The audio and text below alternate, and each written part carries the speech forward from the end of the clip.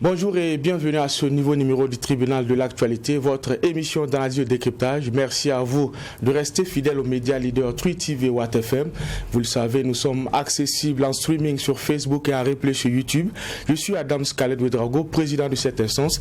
Avec moi sur ce plateau, les juges au siège, Bernard Bougma, Jofava. Bonjour et bienvenue.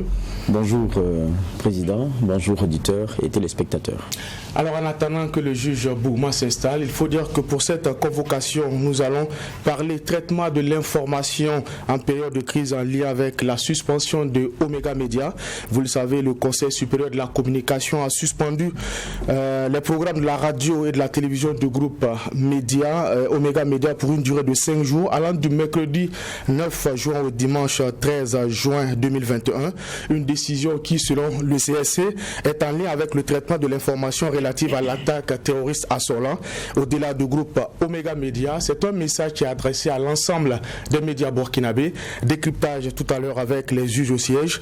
Et avant justement d'avoir la lecture des juges, nous allons ouvrir la première fenêtre de cette émission, les avant-propos.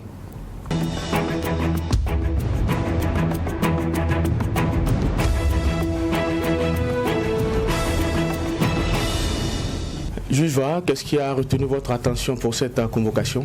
Oui, merci président. Ce qui a retenu mon attention, c'est toujours l'actualité malienne, avec les choses qui sont en train de bouger. On a vu la sanction qui a été celle de la CEDEAO, donc suspendre le Mali de ses instances, mais la CEDEAO continue donc de veiller sur la façon dont les choses sont menées au Mali. Et il y a une mission avec Goodluck Jonathan à sa tête, du côté du Mali, laquelle a pu rencontrer le président Goïta, plus d'une heure, selon le point qui est fait et qui a été fait de cette rencontre-là. Et vous connaissez les sujets de l'heure, c'est vraiment les objectifs de la transition dans sa version définie avant que Goïta ne fasse son deuxième coup d'État. Est-ce que les choses vont tenir et tout? Et ce qu'on retient, c'est qu'on a une CEDEAO qui est assez, rassurée relativement à la façon dont les choses sont en train d'être menées. Donc, relativement aux objectifs premiers de la transition. Même si aujourd'hui, c'est Goïta qui, avec son coup de force, est revenu donc officiellement aux manettes, même si on sait que avant, c'est bien lui qui continue de tirer les ficelles. Je veux dire, c'est quand même un bon point, parce qu'on se posait la question de savoir quelle trajectoire allait prendre le Mali. Si la CEDEAO commence déjà à dire, bon, il y a des espoirs, il y a des indices qui font croire que la transition peut être bien menée, il faut espérer que, bon, les choses aillent vite et que ce pays-là soit accompagné pour qu'on ait des élections, parce que c'est cela seulement qui mettra fin à peut-être tous les petits problèmes récents que le Mali a eu en termes de gouvernance, et qu'il y ait une confiance à travers un peuple qui décide de qui va s'asseoir sur le fauteuil présidentiel. Et c'est comme ça qu'on repart et tout le monde retrouve, on va dire comme ça, ses positions premières. L'opposition, les partis politiques qui auront perdu les élections dans leur rôle d'opposant, et puis ceux qui resteront à la majorité feront ce qu'ils ont à faire. Les organisations de la société civile continueront elles aussi, et les syndicats. Donc je pense que c'est vers cet ordre normal-là que l'on veut donc aller du côté du Mali, et c'est à Assimi Goïta de pouvoir baliser toutes ces choses-là. Donc, si la CEDEAO est rassurée, on espère que ça va continuer comme ça. Merci, Juge Var. Juge Bougma, qu'est-ce qui a retenu votre attention? Et bonjour et bienvenue à cette convocation. Merci, président. Bonjour, Juge Vara, bonjour, madame, messieurs. Et moi, ce qui a retenu mon attention, c'est deux avant-propos.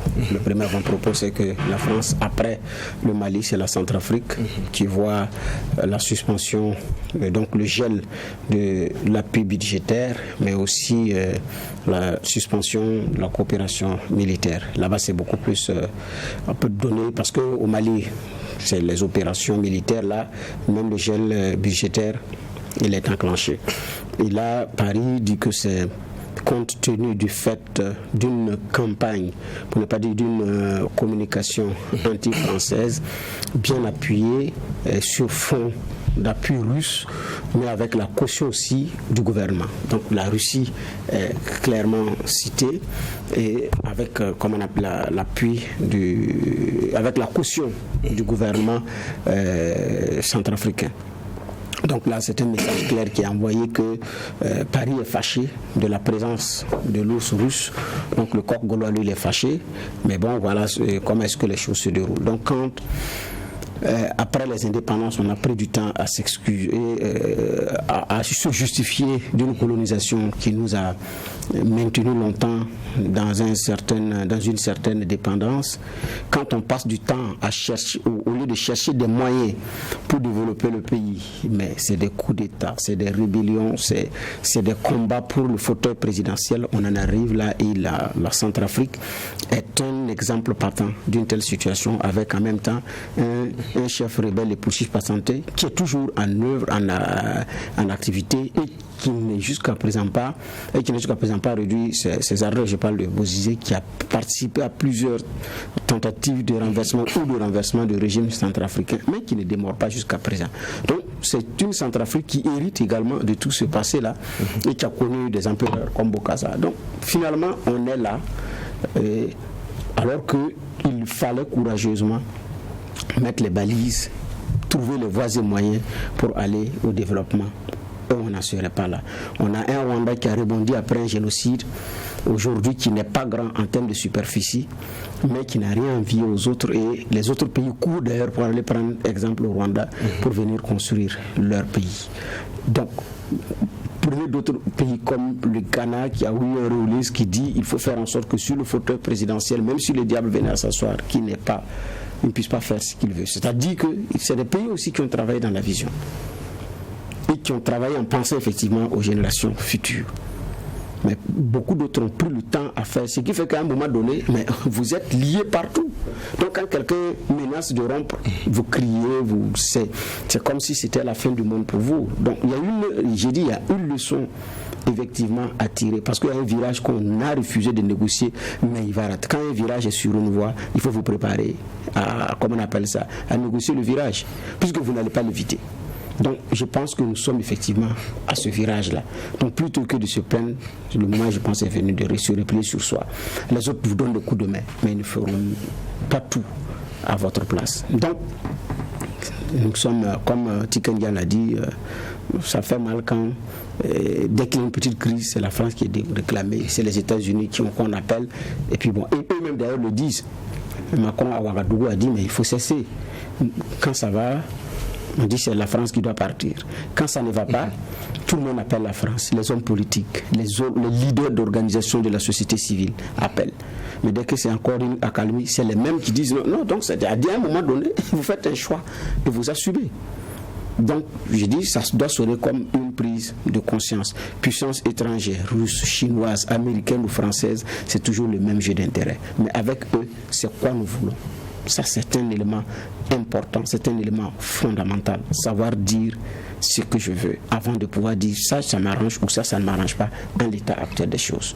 Donc, c'était le premier avant-propos. Le second avant-propos, c'est la vidéo qui a fait le tour d'hier sur la toile. La gifle d'Emmanuel Macron. Certains disent que celui qui l'a giflé, c'est un royaliste. Donc que même la police a confirmé qu'il est royaliste. Donc il y a un lien aussi avec l'histoire française. Vous savez que la France a guillotiné son roi, donc Louis XVI, on était en 1793, donc quelque temps après la Révolution française de 1789. Alors qu'est-ce que vous voulez? Donc quand on guillotine le roi, il faut s'attendre à ce qu'on gifle le président. Ça, il ne faut pas... Ceux qui ont une autre lecture de comment le monde marche, c'est un peu comme ça, quoi. Donc ils présentent le fait d'avoir guillotiné le roi comme une victoire, parce qu'il faut mettre fin à tout ce qu'ils ont appelé en son... C'était le dernier roi de l'ancien régime, comme ils le disaient. Donc, ils sont rentrés dans le nouveau régime, mais dans le nouveau régime, on ne guillotine pas, mais on gifle le président. Donc, c'est aussi cette histoire historique en lien, parce que celui qui l'a giflé est royaliste. Donc, dès lors qu'il est royaliste, donc il faut avoir le courage aussi d'interroger l'histoire et le passé de cette France-là pour effectivement faire une lecture de mon point de vue juste. Mais quoi qu'il en soit, c'est des Français aussi excédés par une façon de gouverner et des gouvernants qui sont parfois qui sont dans leur bulle, mais qui ne comprennent pas grand-chose à la réalité. Et pour terminer, c'est la deuxième fois que Macron est pris à partie. La toute première d'envergure, parce que la toute première fois il a échappé belle dans la crise des gilets jaunes. Le film documentaire qui a été donné de voir après, mais c'est un président qui a manqué d'être lynché. Il a été la dextérité du chauffeur et de sa garde, parce qu'il a eu une visite surprise et Macron a été surpris par une foule il y en a certains avaient réussi à taper même le véhicule dans lequel il était. Je dis bien, il est en pleine crise des gilets jaunes. Il a échappé de peu à ce lynchage-là. Et hier encore, c'est la deuxième fois. Plutôt que de condamner, oui, mais il y a un président aussi qui doit s'interroger véritablement sur sa façon de faire. Mais en attendant, la réalité, c'est que pour le moment, ce sont des problèmes français. Merci, messieurs les juges, pour ces mots introductifs. Nous allons rentrer dans le vif du sujet, je le disais. Nous allons, lors de cette convocation, parler du traitement de l'information en période de crise, en lien justement avec la dernière décision du Conseil supérieur de la communication. En deuxième partie de cette émission, nous allons également parler du retour à la question du retour des exilés politiques, une question centrale dans la feuille de route du ministre Zéphirin Diabré. C'est également une promesse de campagne du candidat devenu président Roch-Marc Christian Kaboré. La question est d'actualité avec le décès et surtout le retour de la dépouille de Assimi Kwanda, un cadre du CDP. Mais comme je l'ai dit, nous allons commencer par cette question-là, question qui fait couler beaucoup d'encre et de salive, la suspension du groupe Omega Media pour une durée de 5 jours. Selon le Conseil supérieur de la communication, cette décision est en lien avec le traitement de l'information relative à l'attaque terroriste de Solan. Juge Bougma, pour certains, au-delà de Omega Media, alors c'est tout l'ensemble des médias qui est aujourd'hui interrogé, sinon interpellé. Oui, c'est tous les médias qui sont interpellés et qui sont interrogés. Ça, je suis tout à fait d'accord que quand dans le traitement de l'information, il y a un organe de presse qui est interpellé, qui est épinglé, ça fait appel en même temps aux autres par rapport à qu'est-ce qui a marché, qu'est-ce qui n'a pas marché, pourquoi est-ce qu'on en est arrivé là, quelles leçons tirer. Est-ce que réellement c'est ça ou ce n'est pas ça? Est-ce qu'il y a une main derrière ou il n'y a pas une main derrière? Donc toutes ces questions, les confrères vont se les poser. Est-ce qu'il y a abus ou il n'y a pas abus? Est-ce que c'est réellement dans l'application de la loi ou bien il y a eu un viol de la loi? Donc ça, effectivement, ça interroge sur le plan de la corporation, mais aussi c'est un message qui est envoyé aux autres. Maintenant, comment est-ce que ce message va être accueilli en de pareilles circonstances? Et c'est ce que nous sommes effectivement en train de voir. Donc il y a une loi qui est là, il y a des médias qui sont là, qui exercent un métier dans des conditions très difficiles et surtout sensibles dans ce cadre de la lutte contre le terrorisme, mais aussi il y a un Conseil supérieur de la communication qui est là, qui regarde et qui dit est-ce que c'est conforme ou est-ce que ce n'est pas conforme. Donc je suis d'accord avec vous que ça interroge et ça interpelle en même temps tous les confrères par rapport à tout ce qui se passe. Alors quand on regarde peut-être la nature de la sanction, pour beaucoup c'est une première. On a vu des émissions qui ont été suspendues suite au traitement de l'information, mais suspendre carrément un média pour cette durée-là, c'est une première. Est-ce que le CSE n'a pas eu la main lourde, juge? Est-ce que le CSE a eu la main lourde? Bon, moi je crois que ça pourrait s'apprécier diversement, parce que dans tous les cas aussi on était dans un contexte assez difficile, et je crois que les informations partagées qui au finish ont eu une forte odeur de fake news étaient quand même aussi assez grave, parce que c'est une attaque qui n'a pas eu lieu et avec des morts, donc forcément qu'il n'y a pas eu, dans un contexte aussi où vous savez les plus de 100 morts mettaient tout le monde dans les mois, et il y avait vraiment, je veux dire, d'une façon ou d'une autre, un peu regardant sur ce qu'on balançait dans cette période-là. Ça, c'est très clair. Donc, sanctions lourdes ou pas lourdes, et puis tout à l'heure vous disiez, peut-être une première, mais quand hier je me suis amusé à regarder un peu les sanctions qu'on a eues il n'y a pas longtemps ou un peu plus longtemps du CSE. Dans ce sens-là, je vois par exemple le 18 février 2016, c'est suspension de l'événement pour diffusion d'informations relevant du secret militaire, et cette suspension qui donc va aller donc du vendredi 19 février au samedi 19 mars 2016 inclus. Donc le journal a été suspendu pour combien de temps? Je crois que c'est un mois. Donc je pense que ce dont écope Omega, c'est sans commune mesure, c'est quand même 5 jours. Et quand vous prenez le cas de l'événement, c'était un mois. Donc je veux dire que je continue encore. Quand vous prenez par exemple le 17 juillet, c'est ça, une autre suspension, c'est celle de Radio Optima.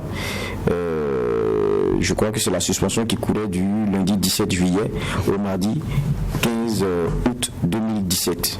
Et c'est la suite d'une audition d'un animateur. Et je crois qu'il était reproché des manquements dans la conduite d'une émission. Et donc, cela a été suspendu pour, je dirais, encore 1 mois. Je continue encore.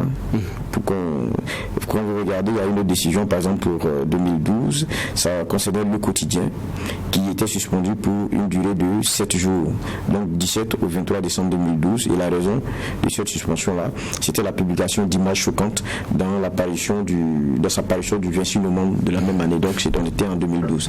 Donc vous voyez, on a 5 jours, on a 1 mois, on a suspension d'une émission pour 1 mois, on a même la suspension d'un média pour 1 mois. Donc je veux dire que c'est le CSC, Conseil supérieur de la communication, qui apprécie au regard de la gravité peut-être de la faute commise ou au regard d'un certain nombre d'éléments. Je crois que c'est un gendarme qui, ma foi, tient les éléments de sa décision. Donc, lourd comme décision ou pas lourd, forcément, moi je pense que c'est pas ça le problème, mais c'est la leçon, comme disait Bernard Bougma tout à l'heure, qui pour moi aussi est un genre de rappel aussi pour tous les médias que nous sommes. Parce que nous sommes aussi dans une heure où l'information elle va très vite, elle circule très vite, et lorsque vous voulez être dans la même dynamique, et je le dis encore, certains qui sont dans l'activisme ou bien sur les réseaux sociaux qui ont une façon d'être que certains confondent par exemple au journalisme, mais qui sont aussi des donneurs d'informations d'une façon ou d'une autre. Si vous voulez être armé à cette célérité-là, vous risquez de vous perdre. Parce qu'on a une réalité, on a un métier, on a une responsabilité. Et donc, quand vous donnez de l'information, rassurez-vous qu'elle est vraie. Donnez-vous le temps de recouper. Maintenant, quand vous donnez le temps de recouper l'information, il faudrait que vous acceptiez que vous ne soyez pas toujours le premier à donner l'information. Parce que si c'est la célérité dans donner l'information qui est le plus important pour vous, c'est donner en temps réel, vous risquez par moment de vous brûler les ailes. Parce que le temps de recouper, quelquefois vous ne l'avez pas. Il y a des grandes questions qu'on se pose au moins pour une information qu'on nous donne. Parce que vous l'avez de première main, très souvent, vous dites quoi? On a un bon réseau, donc on est alerté très vite et on publie très tôt. Et ça fait que on est souvent le média par lequel, ou le canal par lequel la plupart des personnes apprennent une nouvelle. C'est bien, mais posez-vous la question, qui me donne l'information? Mon informateur, de quoi il répond au nom de quoi? Quels sont ses objectifs? Il y a beaucoup de petites questions qu'il faut se poser avant même de commencer à fouiller dedans. Donc il y a tout un process, de recoupement d'informations et selon même la typologie de l'information que vous recevez et puis sa délicatesse. Et puis c'est pas tout aussi qu'on diffuse. Ça aussi c'est une réalité.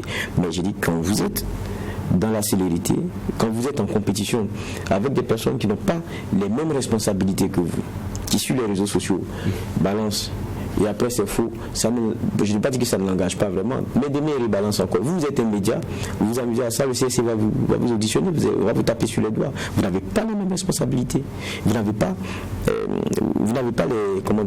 les mêmes capacités à toucher les gens. Donc votre erreur est décuplée. Ça, c'est une réalité aussi. Donc, c'est inévitable d'être plus prudent, c'est ce que je pense. D'accord. Alors, traitement de l'information en période de crise, ça commande beaucoup de prudence. D'aucuns estiment que même si cette décision-là est justifiée, il y a comme du 2 poids 2 mesures, d'autant plus qu'il y a des médias qui ont également relayé cette information, mais qui ne sont pas prises en compte par cette sanction du CSC. Qu'est-ce que vous en dites? Oui, effectivement, il y a des médias qui l'ont relayé et même des médias en ligne aussi qui l'ont relayé. Nous attendons de voir peut-être que le Conseil supérieur de la communication, dans son planning, compte tenu du fait que c'est des auditions, peut-être que ça va l'être. Je le dis parce que pour ces manquements-là, vous pouvez être appelés sur le même sujet ensemble. Et je suis déjà passé en audition au CSC, du temps où j'étais rédacteur en chef de la radio Watt FM. Je suis déjà passé en audition. Ce jour-là, on n'était pas seul. On était avec 2 autres médias concernés pour la même information.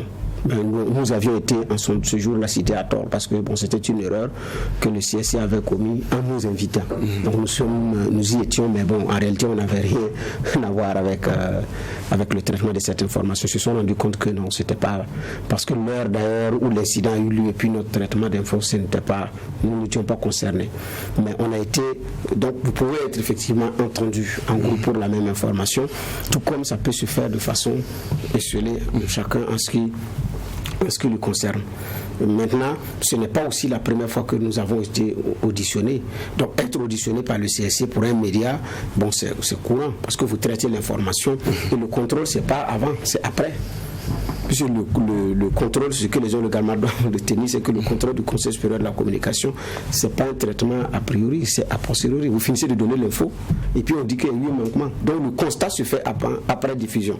C'est ce qui fait que la responsabilité du filtre avant la diffusion de l'information, elle est très élevée. Donc ça passe par plusieurs filtres pour être validé avant que effectivement l'information ne soit diffusée. Donc il y a tout un palier. Donc ce qui fait que vous finissez, le CSC dit qu'il y a eu un manquement. Donc ça, c'est aussi que ça entregriffes la complexité de cette tâche-là. Et donc ces médias ne sont pas encore auditionnés ou bien suspendus. Mais je ne peux pas être très affirmatif, compte tenu du fait que c'est un agenda du Conseil supérieur de la communication. Sinon, effectivement, il y a une loi qui encadre, les sanctions sont prévues. Il y a les mises en demeure, il peut y avoir suspension d'émission ou suspension du média, Geoffroy l'a dit, et ce n'est pas la première fois. Et puis en termes de durée, il y en a qui ont pris un mois, Geoffroy l'a fort bien rappelé. Donc c'est-à-dire qu'il y a des paliers de sanctions, effectivement, qui sont prévus.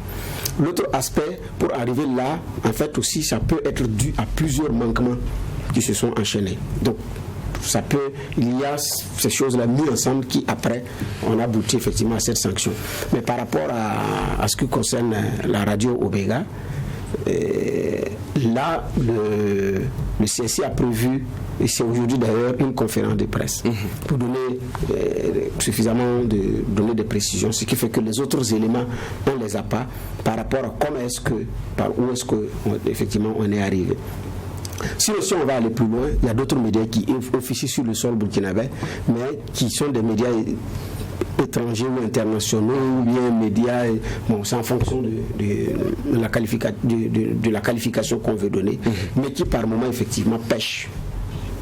Maintenant, eux, j'ai l'impression que l'interpellation, c'est peut-être un coup de fil salon feutré pour dire bon, mais on n'a pas vu la poigne et la verve avec laquelle ou avec lesquelles ceux qui s'occupent des questions d'information, du traitement, qui doivent surveiller la qualité du traitement de l'information, on n'a pas vu cette poigne-là. J'en veux pour preuve l'attaque du 2 mars de l'état-major des armées burkinabé. Le bilan qui a été donné par France 24, RFI et d'autres médias internationaux, c'est un faux bilan. Ça n'a pas été démenti. Malgré le communiqué officiel, ça n'a pas été rectifié. Ça n'a pas été rectifié. Ça n'a pas du tout été rectifié. Et ça continue. J'ai appris après que le ministre préparé au gouvernement n'était pas content. Il a appelé qui des droits, il a appelé jusqu'à tout pour dire non, on n'est pas d'accord. Mais le média, n'a pas rectifié. 2, il n'y a pas eu de sanction, en tout cas publique, qui a été prise en son encontre. Je n'ai pas vu. Ne serait-ce que appeler ceux qui ont traité l'information pour les entendre et puis nous dire qu'on les a entendus. Ça, on ne l'a pas vu. Pourtant, c'est faux. Et puis le bilan humain, il est lourd. Ce qui a été donné est lourd. Ça a renforcé effectivement la crainte. Ça a terrorisé davantage les Burkinabés. Mais il n'y a rien eu. Pas du tout. Il y a un autre audio qui circule. C'est Europe 1. Mais les gens disent que c'est RFI. Non, c'est Europe 1. C'est sur Europe 1. Mais quand vous suivez l'audio, celui qui l'a écrit, je me suis demandé, il a pris quoi avant de l'écrire et de parler. C'est comme s'il était là quand les terroristes sont arrivés. Mais quand vous écoutez, vous pouvez savoir d'où vous avez des problèmes. On pourra dire qu'Europe 1 n'est pas là, oui, mais les autres là sont là. Mais c'est grave ce qu'il dit. Et j'ai l'impression que, venant de Europe 1, on a l'impression qu'aussi il y a cette campagne d'information, d'intoxication qui est en train aussi d'enclencher, qui est aussi un aspect de la lutte auquel nous ne faisons pas attention. Quand dans le tournant d'un pays, certains éditorialistes de certains médias arrivent à traiter l'information sous un certain angle, il faut faire très attention aux implications. Et l'histoire du Burkina, pour ceux qui suivent, l'histoire du Burkina est en lien avec ce que je dis. Et c'est des choses vérifiables. L'État, l'armée en papier, l'État n'existe, le gouvernement n'existe pas. C'est-à-dire que le Burkina n'existe plus. Et mieux, des contre-vérités dans le papier où dit le président a été réélu il y a 2 ans. Je suis désolé, le président n'a pas été élu il y a 2 ans. Mais qui va lui dire quoi? Donc, il y a une réalité aussi qu'on doit avoir. S'ils ne sont pas installés ici, tout, mais il y a une permission quand même. Si vous n'êtes pas d'ici, vous ne répondez pas de là, je peux comprendre. Mais il y a une permission qui a été faite sur la base d'une loi qui dit, bon, on est d'accord que vous émettez ici, mais si les conditions à respecter, s'il y a un manquement, il faut le dire au Burkina Faso. Il y a eu un manquement, on l'a dit, ça on ne le voit pas. Donc il faut aussi de la rigueur au niveau des médias internationaux. À tous les niveaux. J'ai dit à tous les niveaux. Il faut ne pas être même au plan national, ce n'est pas parce que c'est tel ou tel média qui fait complaisance. Ça dit que c'est à tous les niveaux. Parce que les mêmes traitent les mêmes infos. Au moment où, sur la même information, Radio Omega donné, dit il y a eu ci, il y a eu ci, il y a eu ça. L'état-major dément les informations. Mais sur RFI, on a aussi entendu que les terroristes sont revenus. Mais sur la question des terroristes revenus, ça, il n'y a pas de discussion, c'est vrai, ils sont revenus. Ils sont revenus. Mais maintenant, il y a les autres informations, l'attaque du car et autres, ça. Voilà. Sinon, des sources sur place locales disent qu'ils sont revenus. Je ne connais pas les sources de l'état-major, je ne peux pas rentrer là-dedans. Mais sur les questions du car, oui, ça je suis d'accord que... Mais par rapport au fait qu'ils sont revenus, les autres sont formels. Mais maintenant, les autorités locales sont en même temps des politiques, craignant pour leur poste, représailles administratives, je ne sais pas, moi, il y en a qui ne veulent pas parler. Nous parlons à certains. Là, il faut aussi te dire la vérité. Maintenant, c'est sur quelle base que l'autre média n'est pas aussi interpellé pour la même question, pour avoir dit qu'ils sont revenus. Vous dites qu'ils ne sont pas revenus, puisque l'état-major a démenti. Et à ce média-là aussi, vous avez dit quoi? Qui dit être en contact avec le maire, même si le nom donné n'est pas le nom du maire, mais le nom du premier adjoint au maire, quoi qu'il en soit, c'est une autorité locale. Et je pense que sa parole aussi doit faire foi. À ce moment-là, est-ce que sur le plan administratif aussi, il y aurait une mesure qui va concerner l'adjoint au maire qui a parlé à un média étranger ou international, mais qui dit aussi qu'ils sont revenus? Est-ce que lui aussi il va écoper de sanctions? Il sera entendu? Le média sera entendu. Donc, Omega, oui, mais il ne faut pas se limiter à là. Il ne peut pas avoir 2 poids, 2 mesures. D'accord. Alors, il y a les faits, il y a les sanctions, il y a aussi le contexte. Pour certains, ça va créer un précédent dangereux. D'autres même craignent qu'il y ait de l'autocensure dans le traitement de l'information après ce que nous venons de voir avec cette décision-là. Juge Var. Bon, je ne dirais pas autocensure. Je crois aussi qu'il faut qu'on accepte quelque chose. C'est que le CSC a un rôle, celui de gendarme de médias. Et nous avons des obligations en tant que journalistes. C'est informer. C'est vrai qu'aujourd'hui, depuis 2016, avec Donald Trump, il y a cette nouvelle formule qui est venue, fake news, même si dans le fond, il y a une dénomination qui est donnée à un phénomène qui existe depuis fort longtemps. Mais ça, je pense que c'est un phénomène contre lequel le journalisme, de façon dure, et puis se bat depuis fort longtemps. C'est-à-dire de fausses informations. C'est vrai que quand on dit fake news, ça paraît contradictoire. Fausse information. Est-ce qu'une information même peut être fausse? Logiquement, l'information, donc traitée par un média, c'est celui qui doit avoir le gage de la vérité. Donc ça veut dire qu'il y a tout un élément, il y a beaucoup de choses qui devraient y avoir en amont. Maintenant, comme vous disiez, le communiqué du CSC, c'est très clair, c'est sûr. Ils disent très bien que la décision du CSC fait suite au constat de manquements graves dans le traitement de l'information relative à l'attaque terroriste perpétrée. Bon, ils ne sont pas plus précis sur dans ce qui a été dans tout ce que Omega a dit là, qui lui a valu cette sanction. Si c'est la question du retour, je crois qu'il y a plusieurs médias qui se sont fait le coup de ce qu'il soit revenu. donnant évidemment les sources. Même quand vous prenez, comme Bernard le disait tout à l'heure, les médias internationaux, ils ont cité notamment les autorités locales. Maintenant, si c'est la question je pense qu'il y a un quart dont il a été question à Omega, qui a subi la furie encore de ces messieurs-là et qu'il y a eu des morts et tout. Maintenant, ça, c'est carrément une fausse nouvelle, c'est une fausse information. Mais ça aussi, c'est quand même grave.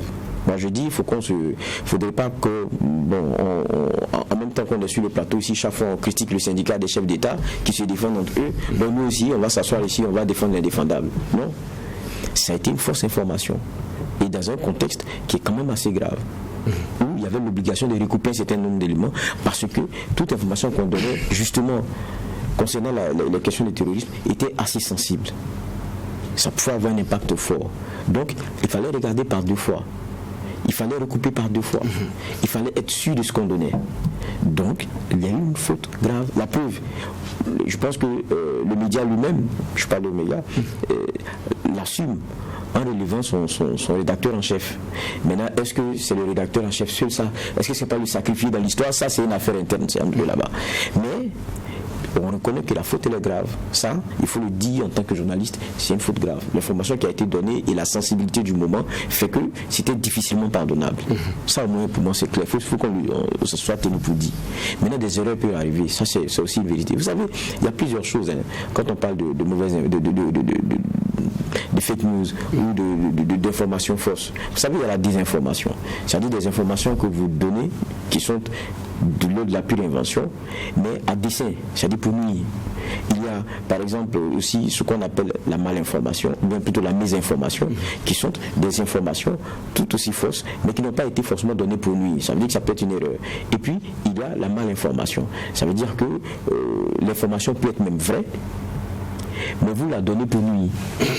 Vous comprenez? Donc, à tous les niveaux, il faut comprendre un peu ce qu'on fait, comment on fait. Et nous, je dis encore, on a un rôle en tant que journaliste. Vous savez, les gens, ils ont des infos qu'ils voient circuler partout sur Facebook et tout. Mais qu'est-ce qu'ils font? Ils disent, je vais aller voir sur tel site, le site de tel média. Parce que c'est là-bas où ils disent que s'ils l'ont donné comme information, c'est des journalistes, c'est que c'est vrai. Mais si nous, on tombe dans le même travail que les autres parce qu'on est pressé de donner l'information, on ne devient plus crédible. Ça, il faut qu'on le tienne pour dire. On ne devient plus crédible. Et ça, c'est un travail qu'on devrait faire sur nous. On peut s'estimer heureux. Par exemple, WATFM, TV, on n'a pas donné ce type d'infos. Mais pourquoi? Parce qu'en interne, vous vous rappelez même sur la question même sur la simple question du deuil, tout le monde avait plus ou moins l'information. Sans avoir vu le décret président. Sans avoir vu le décret. On s'est appelé, on a même appelé les services d'information du gouvernement et tout.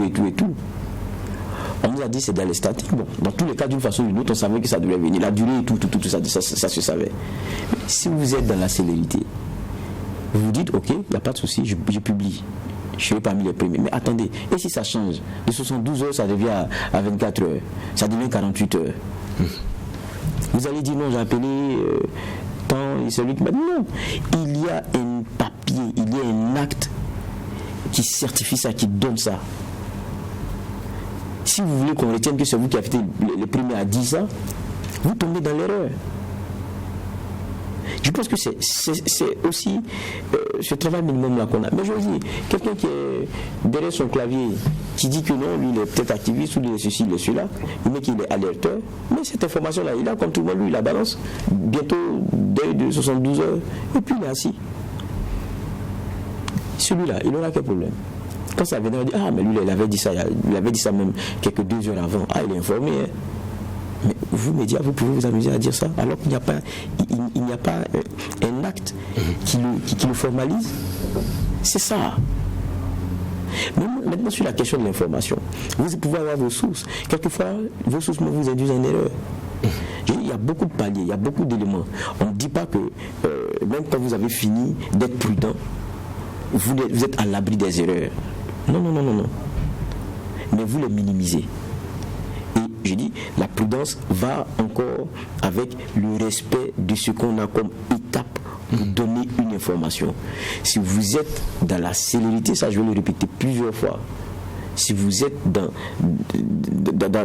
le caractère impérieux pour vous, qui est de donner premièrement l'information avant tout le monde, vous risquez par moment de vous griller les doigts. Et je pense que c'est plus intéressant en tant que média d'être celui vers lequel on s'en va pour s'assurer que l'information est bonne plutôt que celui qui les donne toujours en premier lieu et qui se trompe très souvent. D'accord. Alors, dans la question du traitement de l'information en période de crise, il y a toujours ce rapport-là entre médias et puis services de communication des forces de défense et de sécurité. Au niveau des médias, nous sommes dans une certaine urgence parce qu'il faut donner l'information et le droit à l'information. Par exemple, pour le cas de Solan, on estime qu'il y a eu une promptitude au niveau de l'armée pour sortir un démenti, mais très souvent, pour vérifier certaines informations, mais en face, on a un mur, il n'y a pas de réaction. Est-ce qu'à ce niveau aussi, il n'y a pas un travail qui doit être fait, juge Bougma? Non, ça, peut-être je vais répéter ce que j'avais dit depuis ici à plusieurs reprises. Effectivement, là, ça se fait attendre, quoi. Donc, pour la vérification, ça prend du temps. Et puis parfois ça ne vient pas. Là, je vous reviens. Je vais aux informations, je vous reviens. Ça ne va pas revenir. Et en même temps, en matière de crise comme ça, il faut attention. Il faut attention parce qu'ils se disent qui parle, le politique ou le technique. Donc c'est-à-dire, est-ce que ça va être l'homme politique ou bien celui qui est en charge des questions opérationnelles, questions techniques. Donc sous d'autres cieux, rapidement c'est le technique qui monte, qui dit comment les choses se sont passées et tout. Mais ici, en général, c'est le politique qui vient, qui explique comment les choses se sont passées. Et c'est ce que nous avons reçu, on a vu ce week-end. C'est le porte-parole du gouvernement qui a signé le communiqué, qui est allé dans les médias pour expliquer comment les choses se sont passées, qui a donné le bilan. Maintenant, le démenti, c'est l'armée qui l'a donné. Ce n'est pas le gouvernement qui l'a donné. Alors que dans le même temps, il y a des informations contenues dans le même communiqué et des sources disent le contraire. Donc finalement, c'est comme si dans le communiqué, dans le démenti de l'armée, il y a aussi de contre-vérité. En ce moment, ça joue sur l'image de l'armée. Pour cette crise, vous avez un choix, faire le choix de privilégier seulement un seul canal. Parce que si tous les autres canaux là ne marchent pas, à un moment donné, la parole venant d'un canal ou de l'autre canal ne sera prise, la parole ne sera plus comme on appelle ça, prise au sérieux. Mais c'est pas l'armée seulement. Au Burkina, l'accès même à l'info est très compliqué. Alors que l'accès aux sources, c'est clair, il y a un arrêté là-dessus. Le Premier ministre Tizon avait écrit aux différents ministères pour rappeler les dispositions légales. C'est rappelé à profusion. Chercher la moindre information dans un autre service. Donc c'est une culture. Donc on a une tradition d'omerta, d'opacité en ce qui concerne l'accès aux informations. Ça, ce n'est pas seulement l'armée, même dans l'administration publique. Je dis même dans l'administration publique. Vous allez avoir de la peine pour avoir accès à certaines informations. Vous allez avoir la peine à avoir quelqu'un pour venir expliquer, parfois en deux mots très simples. Mais la personne ne voudra pas venir ou ne viendra même pas. Soit c'est le supérieur qui ne veut pas venir, mais qui, compte tenu du fait qu'il ne veut pas venir, il ne délègue pas quelqu'un aussi. Et personne aussi ne veut venir parce que le boss ne vient pas. Nous avons eu des émissions ici. La dernière émission, c'était à l'approche de la campagne. Le ministère de l'Agriculture devait venir à l'émission, une émission spéciale qui concerne les questions d'agriculture et tout. Le ministre nous a fait tourner en bourrique. Je vais voir, j'ai mon agenda, je dois avoir une sortie. Les collaborateurs aussi du ministre aussi sont mis, attendez, on va regarder un peu. Puis, en même temps, il y a un service qui est concerné par la même info. Mais le chef du service dit, je ne peux pas venir. Le ministre ne vient pas, mais il ne dit pas de venir. Nous avons également dit au ministère, si vous ne pouvez pas désigner quelqu'un, il n'est pas venu. Ça, je le dis. Mais après, l'argument c'est c'est à l'approche de la campagne, il faut éviter les médias par mesure de prudence, parce qu'une parole peut vous desservir, donc vous n'êtes pas sûr de vous alors. Vous n'êtes pas sûr de vous. Alors qu'il fallait venir dire en des termes simples qu'est-ce qui est. dans le domaine de comment on appelle ça, de l'agriculture et tout. Et puis c'est des questions techniques, c'est pas des questions polémiques. Il n'y avait pas de polémique là-dedans. C'était une émission spéciale, c'est préparé. Ils sont pas venus. Je peux vous citer à profusion ces cas-là. Quand l'affaire Charbon-Fer a commencé, qui est venu? Après une caravane et tout, le tribunal de l'actualité, on a fait des pieds et des mains. Après, on était taxé de l'émission qui en veut au ministre. Alors que nous, la parole a été donnée pour qu'il vienne donner des éléments tangibles. Il n'est pas venu. Et ce n'est pas seulement nous. Plusieurs autres médias, il y a des autorités que vous n'allez jamais voir sur un plateau. Regardez au Burkina, les autorités, là, celles qui viennent sur les plateaux, il y en a qui ne viennent pratiquement pas depuis qu'ils ont été appelés aux fonctions. Jamais. Sauf dans le cadre d'une activité normale, officielle, et puis ça s'arrête là, c'est fini, c'est terminé. Alors que elle, en tant qu'autorité, elle a des infos, elle a des choses qu'on voudrait savoir, mais je dis bien, silence total. Donc, cette culture du silence, parfois, qui n'entretient rien, parce qu'il y a rien d'ailleurs, parfois, on se met sous la dent, c'est une culture même de notre administration, que ce soit l'armée ou que ce soit l'administration de façon générale. Mais qui à la fin ne rend pas service, mais on est chevillé au corps, mais surtout à la grande muette. Là c'est encore plus prononcé parce que bon, on l'appelle d'ailleurs la grande muette parce que le silence aussi fait partie de sa force. Une armée, comment on appelle ça, aujourd'hui en termes de lutter contre le terrorisme, il ne faut pas aussi lui demander que ses responsables se pavent de médias en médias pour donner des informations. Non, mais il y a quand même, comment on appelle ça, un minimum d'infos et crédible. Et les Burkinabés ont besoin de ça. En tout cas, merci pour ces clés de lecture sur ce sujet-là, traitement de l'information en période de crise, en lien avec la suspension du groupe Omega Media. Nous allons passer au deuxième sujet retenu pour la présente convocation, on l'a dit. C'est la question en lien avec le retour des exilés politiques, une question centrale dans la feuille de route du ministre Zéphirin Diabré. C'est également une promesse de campagne. La question est au cœur de l'actualité avec ce qu'on a vu hier, le retour de la dépouille de Assimi Kwanda, un ancien cadre du CDP. Juge Vaha, déjà, comment cette question a été traitée? Comme on l'a dit pendant la campagne, il avait été donné un délai, 6 mois après la prise de pouvoir, le cas sera réglé, mais jusqu'à présent, on a quand même l'impression qu'il y a un flou autour de cette question.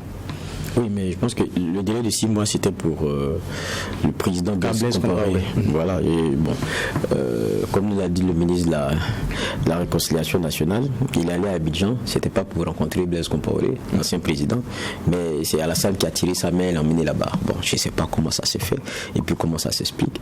Bon, dans tous les cas, on a vu une rencontre officielle entre les deux hommes.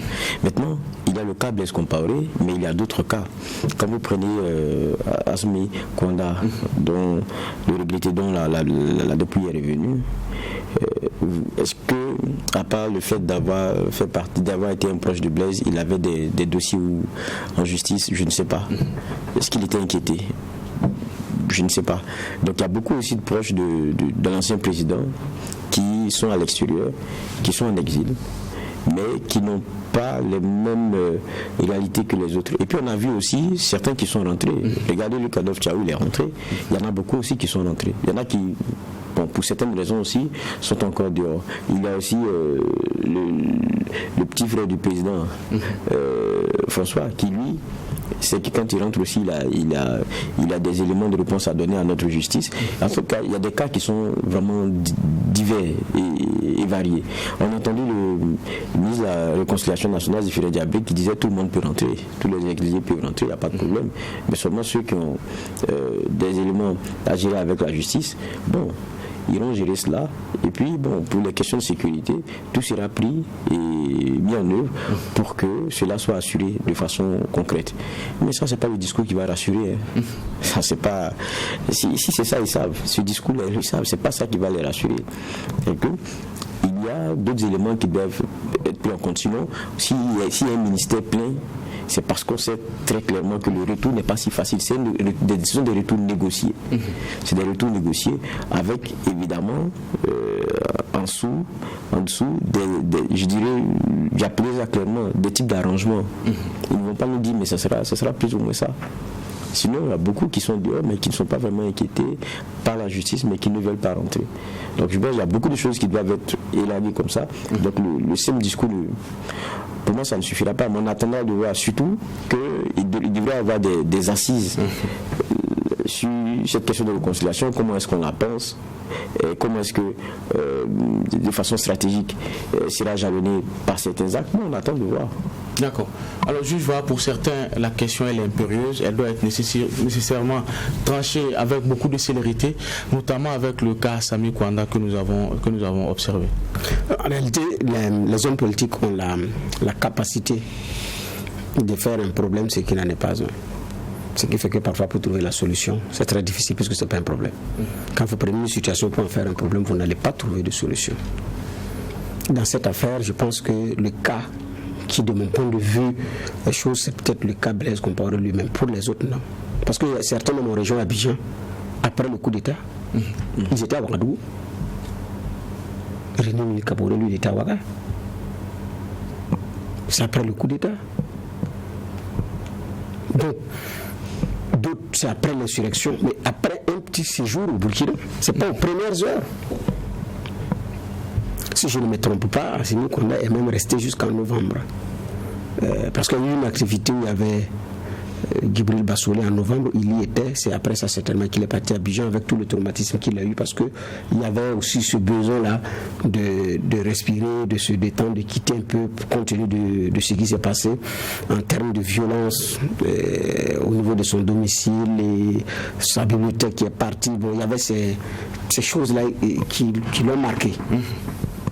Et puis la tombe du papa qui a été profanée, ces choses-là l'ont marqué. Donc à un moment donné, légitimement, on peut se dire, monsieur a envie de se retirer et tout, mais pas empêcher de rentrer. Non, je ne crois pas. Parce que celui-là même qui a signé la réquisition spéciale, le premier ministre Luc Adolphe Tiao, qui avait été présenté comme un paria pour avoir signé cette réquisition spéciale, qui a fait le tour de la toile, qui était le chef du gouvernement, donc du dernier gouvernement, il est rentré. Mais Sorim Sangaré à Ouagadougou, elle donne des conférences publiques, elle a son album, elle écume les plateaux, elle s'investit dans d'autres combats. Elle est à Ouagadougou. Vous oubliez même d'ailleurs qu'elle fait partie de ce goutte d'ancien du dernier gouvernement. Le colonel Yak, qui a repris ses activités ici à Salitas. Le ministre Baba Ama, qui est à la retraite maintenant, continue de donner des conférences, de conseiller, de suivre, de donner des conseils à distance. Et ils sont très nombreux. Certains ont rejoint l'international, il y en a qui ont des problèmes parce que pour sortir aussi, parce qu'il faut vider aussi le dossier, hein, parce qu'il y en a qui, à cause de cela, ça bloque. Jérémy Tenga Ouedraogo.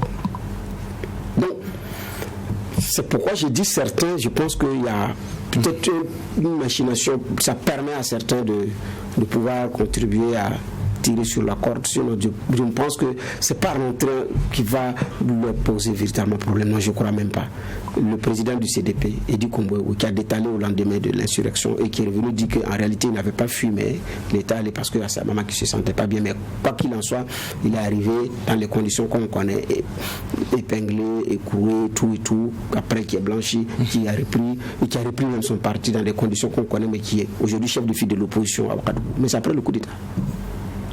Salif Lamoussa Kaboré, ancien directeur général de la Sonabel, devenu ministre de l'énergie, épinglé dans cette affaire de groupe électrogène au niveau de la Sonabel qui avait défrayé la chronique. Le dossier était en justice. La même justice burkinabé d'ailleurs l'a blanchi en son absence.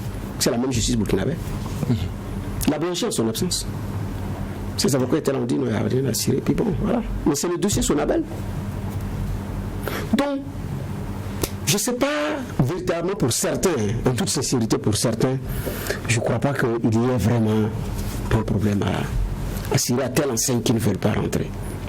Mais Blaise Compaoré, en tant qu'ancien président, parti dans les conditions qu'on connaît, il y a quand même du courage à dire, bon, c'est un ancien président, qu'est-ce qu'on fait. Parce que les anciens présidents en Afrique, en exil, ils sont plus très nombreux. C'était une époque où c'était, voilà. Donc, ATT est rentré au Mali dans les conditions qu'on connaît. Ce matin, j'ai vu que le billet retour de Laurent Gbagbo a été coupé, comme on le dit dans le jargon. En tout cas, j'ai vu la photo d'un billet d'avion. Le vol, c'est pour le 17 juin en tout cas. J'ai vu Laurent Gbagbo, Nadiana, son épouse là. J'ai vu voilà. Que la Côte d'Ivoire s'apprête également à accueillir son ancien président. C'est vrai, dans des conditions très difficiles parce qu'il y a eu 3000 morts, mais aussi il y a eu une insurrection populaire, il y a eu des victimes, le dossier n'est pas encore totalement, n'est pas vidé, et le dossier de l'insurrection n'a même pas encore été jugé, c'est celui du coup d'État. Mais bref, il y a aussi ces réalités à avoir, mais pour le cas Blaise, voilà. Mais maintenant, pour les autres, bon, je ne sais pas. Le ministre et ancien ambassadeur à Abidjan, professeur Koutaba, qui a refusé de rentrer à l'appel quand la transition a rappelé les ambassadeurs, il a refusé de rentrer, il est resté et enseignant à l'université d'Abidjan et tout, c'est ceux qui sont aux côtés de Blaise qui donnent des coups de main. Mais M. Koutaba là, je ne sais pas s'il est reparti, mais entre-temps il était à Ouaga. À Ouagadougou.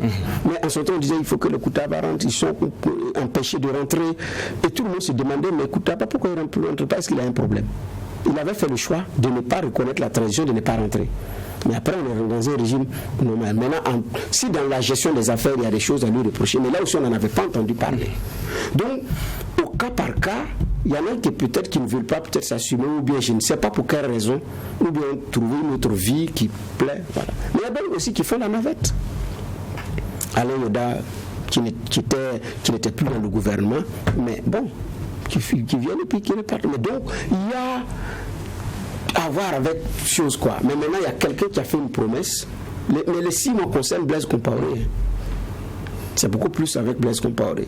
Mais là aussi, avec la sortie du ministre qui dit que c'était pas ça, il n'était pas allé pour ça, mais c'est les autorités ivoiriennes qui ont voulu qu'il le rencontre. Bon, c'est une communication assez ambiguë. Oui, mais moi je n'arrive pas à comprendre. Que ce soit à votre demande ou pas, quoi qu'il en soit, dès que vous avez accepté d'aller le rencontrer, vous allez le rencontrer. Le reste des détails là, je pense que ça compte peu. Les Burkinabés voulaient savoir, est-ce que vous êtes vus? Oui, nous nous sommes vus. Dans quelles circonstances? Lors de votre séjour. Tout le monde sait que c'est lors de votre séjour. Maintenant, le détail que c'est l'autre qui a voulu que je parte, bon, je ne vois pas. C'est comme si vous reprochiez quelque chose. Alors que vous êtes investi d'une mission, il faut l'exécuter et puis l'assumer. Donc, je pense que c'est beaucoup plus ça. Mais pour ces cas qui arrivent, ou le cas Assimi Konda, il faut, comment on appelle ça, dire que c'est un regret qu'il rentre dans ces conditions, que c'est sa dépouille qui rentre plutôt que sa personne. Et en même temps, regarder les choses de façon sérieuse, parce que il y a aussi des aspects culturels, j'ai dit bien culturels et religieux à prendre en compte. Et pour certains, c'est d'ailleurs pourquoi les choses ont pris du temps comme ça. D'accord. Merci, messieurs les juges, pour ces différentes clés de lecture. Nous sommes au terme de cette émission.